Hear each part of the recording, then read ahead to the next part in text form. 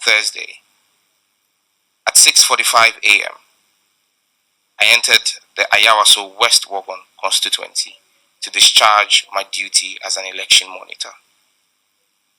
My first point of call was the University of Ghana campus, where I met three of my colleague members of parliament, the Honorable Alfred Oko Vanderboy, the Honorable Francis Dakura, and the Honorable Linda Obiniwa Oklu.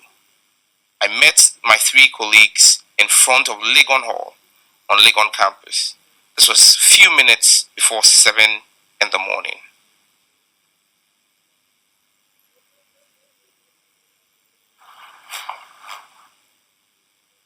So that was my first point of call in the constituency. There was a polling station in front of Legon Hall.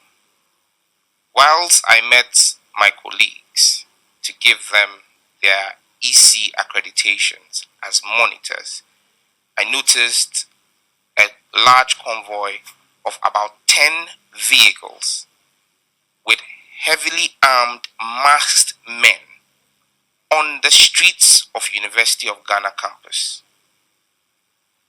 few minutes before 7 a.m. in the morning. After handing out the accreditations, I then met with the Regional Secretary of the NDC, Honorable Teofilo, myself. We stopped at the two polling stations at the Ponglo and interacted with the two presiding officers and the party agents there. Our next point of call was the La Bawaleshi polling station. Upon arrival at the La Bawaleshi polling station, and for emphasis, I repeat, I was driving myself alone in a white Toyota Camry, which you would see in many of the footage that you have, some of the footage you've shown and some of the footage I will show to you, that was parked in the premises of the polling station. I was driving myself. The second vehicle happened to be a Land Rover that had the Deputy National Women Organizer, Mami Efua, as the occupant, with one other person and her driver driving behind me. Upon arrival at La Bawaleshi polling station, we again encountered this convoy of heavily armed, masked men. I mean, this commission would testify that he has an imposing structure. In seeing him there, I approached him. It was somebody who I knew from the news that involved the Agogo Fulani herdsmen issue. That was the first time I'd gotten to know about DSP Azugu, then ASP Azugu. So seeing him there in full police uniform, I approached him and introduced myself to him. I approached DSP Azugu. I repeat for emphasis that I approached DSP Azugu. He was standing a few meters away from the altercation that was going on. And when I approached him, I said to him, DSP, my name is Honorable Sam George. He says, I know you. I said, you're standing there and you are seeing the assault that is going on. You need to intervene and stop the boys. And he asked me, what was the problem? Then I said, that is the Deputy National Women's Organizer of the NDC. This is not just around 8 a.m. because we arrived there at around 8 a.m. in the morning. It's too early in the morning for us to have any escalation and flaring of tempers. Arresting the Deputy National Women Organizer of the NDC for taking a picture in a by-election like this would create major problems.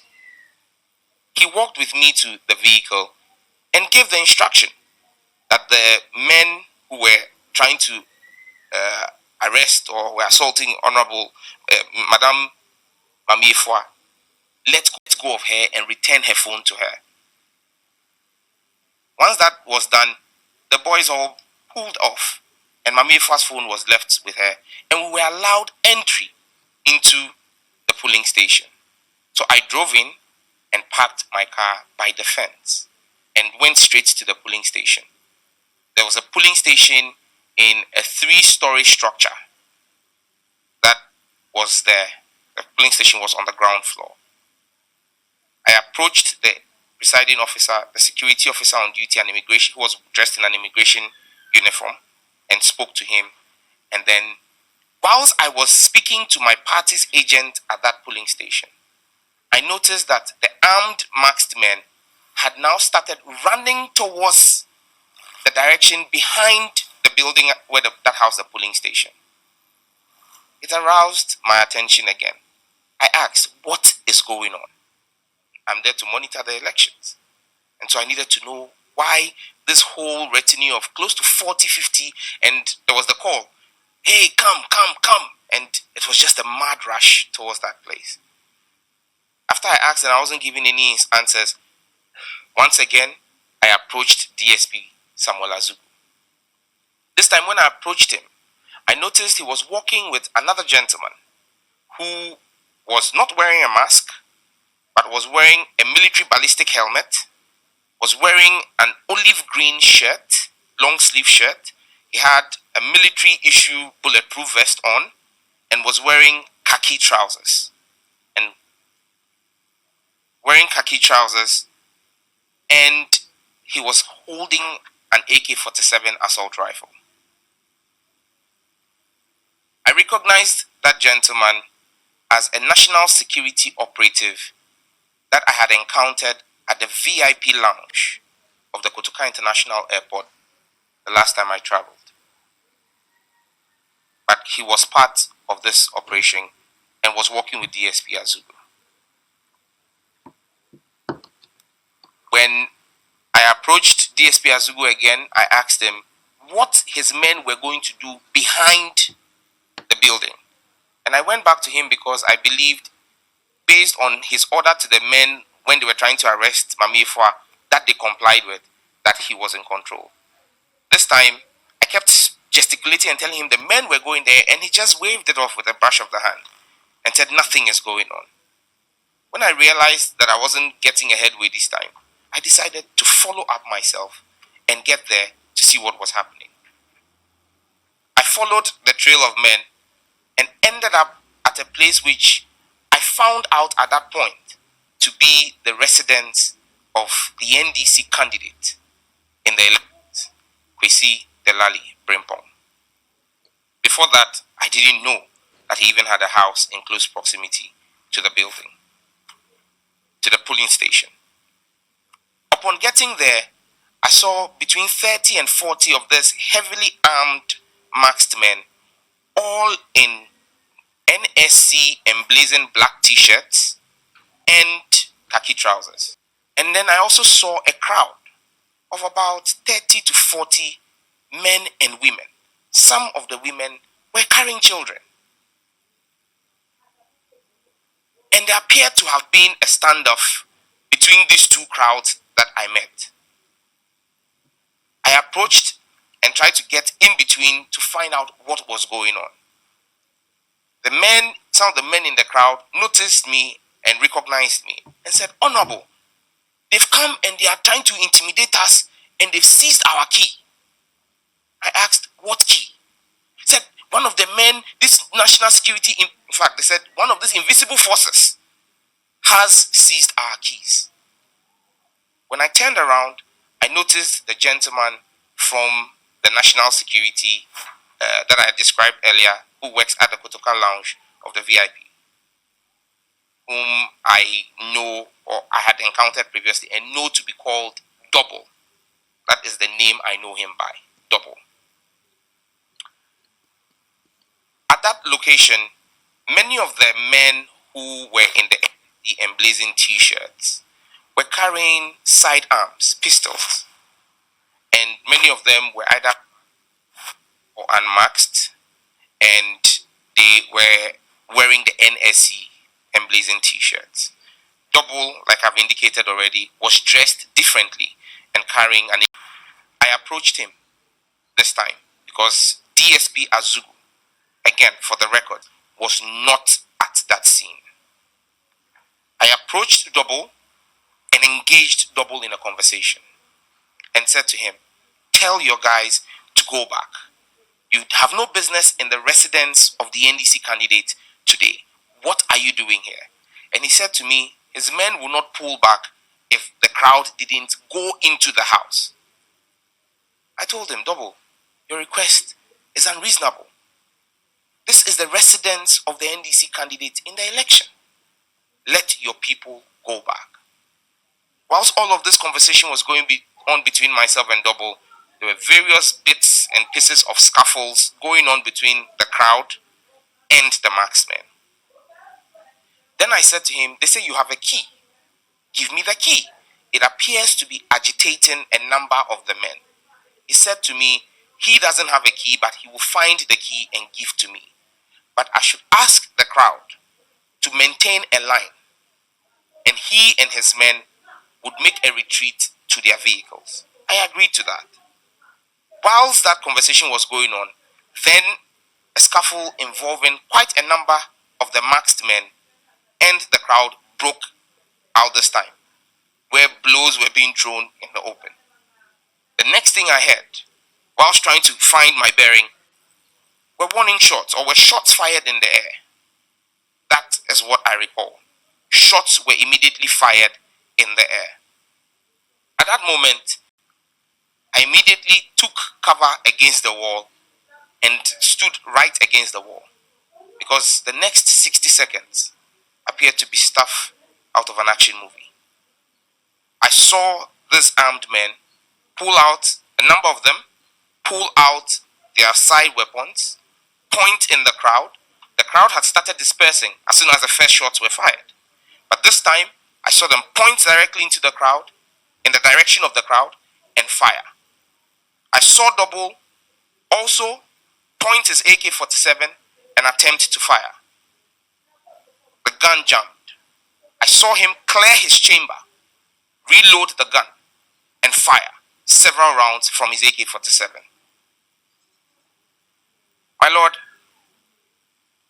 recounting this leaves me a little traumatized, because this was live fire straight at unarmed Ghanaian citizens. I'm a member of parliament. I kept screaming for it to stop. After about 60 seconds, and what appeared to me to be well over 40 shots fired, the firing ceased, and Double gave the order for the men to retreat, and the retreat began. But he was the last man behind, to walk with him to their vehicles for the keys. And he asked me to stand by him and walk with him. This was what took me back to the polling station, the Labaoleshi polling station. Anybody who's visited the scene would testify that there is a building between the school and where the premises of the candidate is, which has a short wall, so we all jammed over the wall, some uncompleted building of some sort. By the time myself and Double got into that building, I realized a young man in white t-shirt and brown trousers was being accosted by about 5 of the men who were ahead of Double. All I remember seeing was that he was struck by, I can't remember whether it was a gun or a button, but I realized he fell to the ground. These officers, 4 to 5 men, continuously kicked in the head and in his body parts whilst he lay on the ground. I saw one of them pick a concrete block and attempt to smash it into the man. I kept screaming, "Double, stop your men. This is wrong." He told me to shut up. That wasn't my business. And I said to him, "I'm a member of parliament. This is wrong." And he asked me if I knew what a stray bullet was. At point in time, I shut up. I saw an individual in the white t-shirt and brown trousers lying motionless, bleeding from his mouth and his nose. As I made my way out, I saw the Deputy National Women Organizer running into the scene and crying, "Wome kuno, to wait, they've killed him, they've killed him." At the time I left with Double, the gentleman was motionless and bleeding from his mouth and his nose after I had seen him being kicked repeatedly on the floor. When we got to the vehicle, Doc walked with me outside the premise of the building because his vehicle was outside the premise. I asked him for the key, and he said to me he had no key to give to me. He will find the key subsequently and I will get it. As we walked to his car, Mr. Roland Walker of Joy TV was attempting to grant me an interview.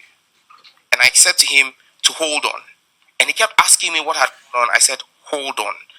I need to sort this out and I'll be back to you.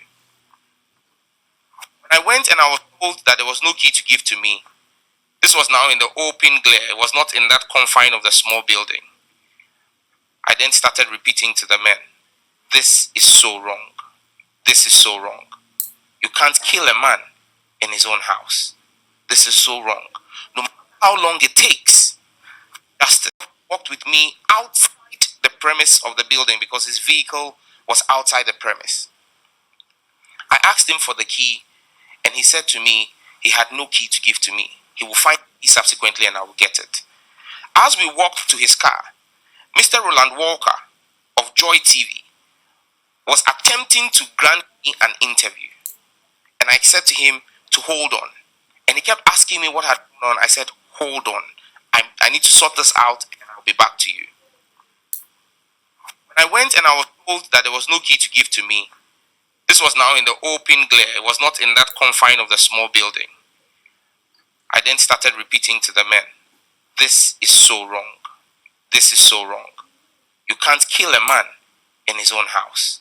This is so wrong. No matter how long it takes, justice will be served. This is so wrong. I was walking away, and I said that on the video showed. As I walked away, my name was called twice by men in one of the vehicles. Sam George, you think you're so strong? You see what we'll do to you. At that point, I turned around and asked, what will you do to me? Are you a security officer or a party agent? My lord, I will repeat again for emphasis. The conversation or the dialogue, the entire dialogue between myself and the officers in the vehicle. My name was called out. Sam George, Sam George, you think you are so strong? We would deal with you. At this point, I turned around and addressed the officer in the vehicle and asked him, what will you do? Are you a police officer or a party officer? These were my questions to them. I said nothing more than that. The last thing I remember being said to me from the officer in the vehicle was, this is the beginning of 2020. Wallahi. Then I noticed a gentleman standing to my left was hit by one of the security operatives standing there. I was trying to understand what was going on when another officer dressed in black went ahead to identify as Mohammed Sule, the son of the late Nantonna and an operative of the national security apparatus who was on operation that day, assaulted me. He hit me the first time. And I approached him back and asked him, why are you hitting me? What is my offense? And he hit me a second time.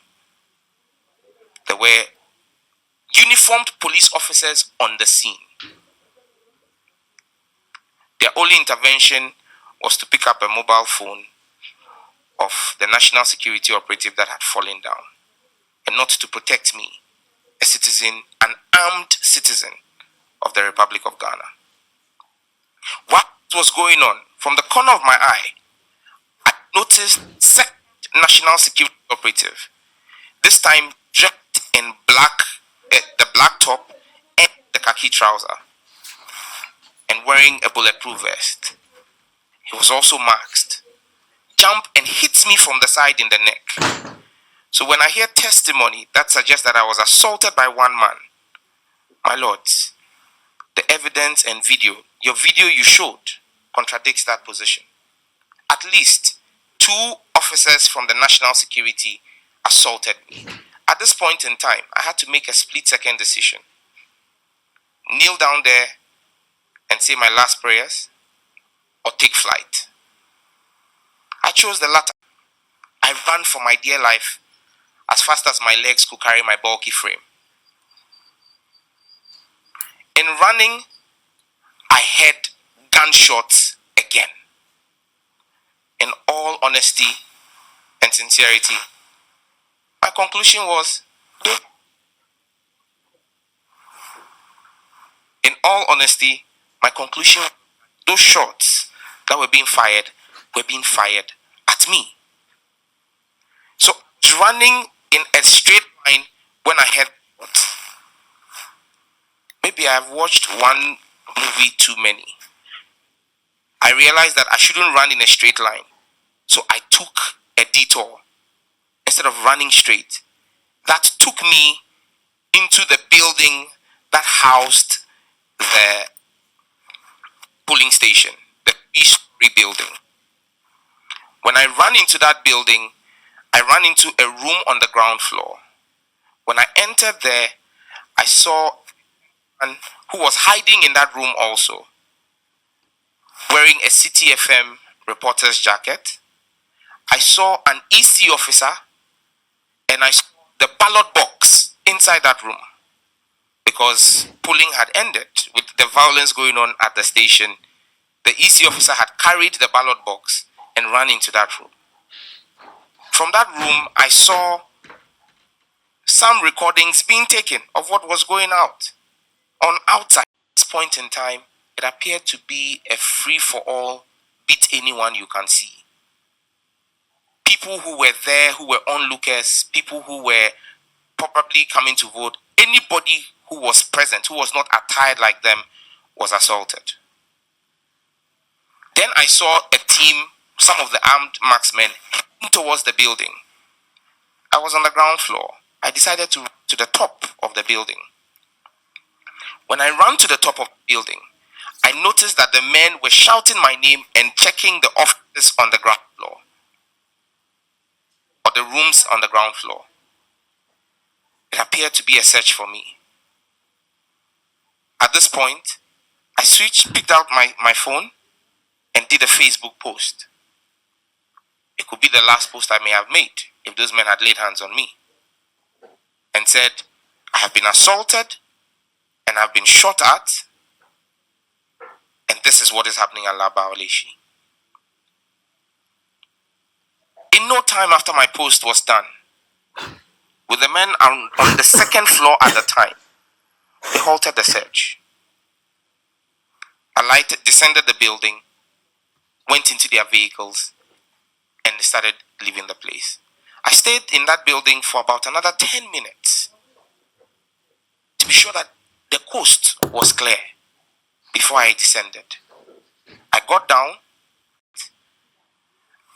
and so I proceeded to the residence of Mr. Delali. There, I noticed that there were splatters of blood, several pools of blood on the floor. And the people there, Honorable, see what they've done to us. They shot people, see bones. And I saw what appeared to be fragments of human bones there. So then I said to them, bring stones and let us cordon off this area. If the police comes, they will see what are supposed to be evidence at the crime scene. Then one of the men, Honorable, they were shooting us. They shot us with guns, live bullets. And he brought me a shell casing. He showed me a shell casing. I had been there and witnessed the shooting. So when he brought the shell casing to me, I asked the gentlemen around to go around and pick as many shell casings as they could. And my lord, whilst I waited, they brought me those shell casings. which I have with me in the same rubber bag that in which it was brought to me.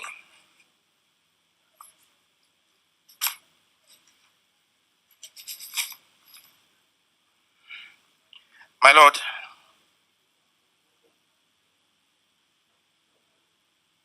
I'm going to arrange them.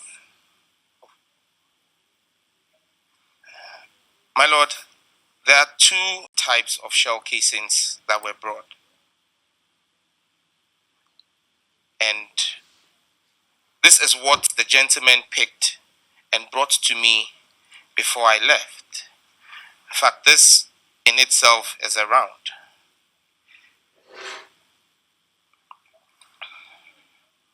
Forgive me if my hands are shaking, but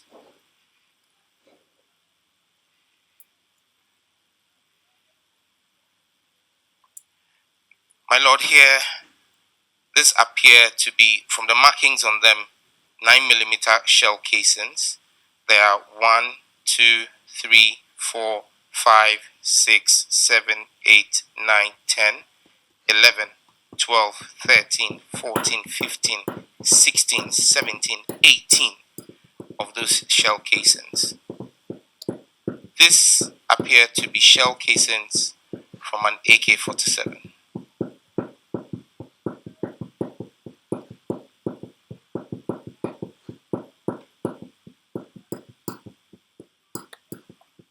My Lord, there are 1, 2, 3, 4, 5, 6, 7, 8, 9 spent shell casings and one live round from an AK-47.